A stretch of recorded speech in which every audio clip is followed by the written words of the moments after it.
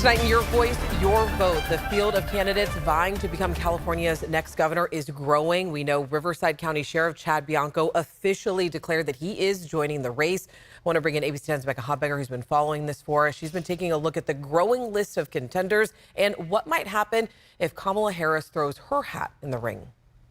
Thank you all very much for being here today. On Monday, Riverside County Sheriff Chad Bianco officially announced his bid for California governor. I am running for governor of our beautiful state, which I absolutely love, because our head is heading down the wrong track, and it has been for years. Bianco is the highest profile Republican to join the race so far. High profile Democrats include Lieutenant Governor Eleni Kounalakis, State Superintendent of Public Instruction Tony Thurmond, former Senate Pro Tem and Speaker of the Assembly Tony Atkins, former State Controller and current California Democratic Party Vice Chair Betty Yee, and former LA Mayor and Speaker of the Assembly Antonio Villaraigosa. There's speculation former Vice President Kamala Harris and former U.S. Representative Katie Porter might enter the race. What I'm most interested in saying is how large this field will get and whether Kamala Harris will get in, because polls indicate, and not just one, but a couple polls indicate that she would be in a very strong position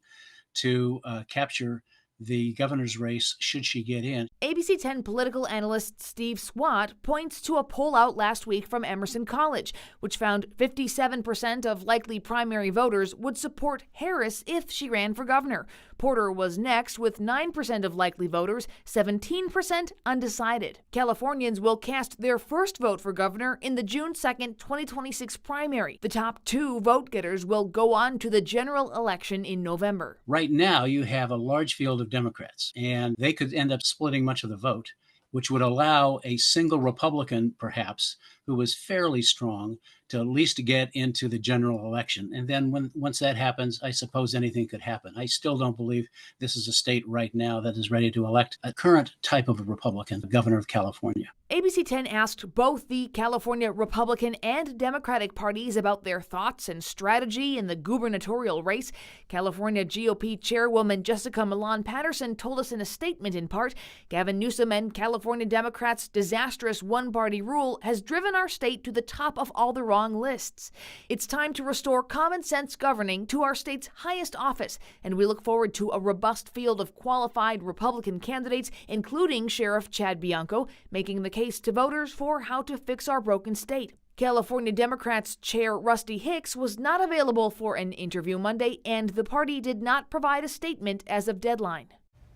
All right, I want to go ahead and bring in Becca now because she's been following this for us. And we know the field of candidates for lieutenant governor could also be a long one as well, right? Yeah, that's right, Alex. You know, on the California Secretary of State's website is a list of people who have filed what's called a statement of intention to run for a specific office. It's not an official declaration, but it does give a peek into who's eyeing a run. And a candidate can file for multiple races. And now those who have filed for lieutenant governor include current state treasurer Fiona Ma, current California Insurance Commissioner Ricardo Lara, several former state senators who just termed out, including Stephen Bradford, Brian Daly, Bill Dodd, and Steve Glazer, former Stockton Mayor Michael Tubbs, and Alex, more than a dozen others, including former and even current lawmakers. So needless to say, it will be an exciting political season leading up to that June 2026 primary. And needless to say, we'll be following this really closely. If you have questions, you know you can always reach out to us.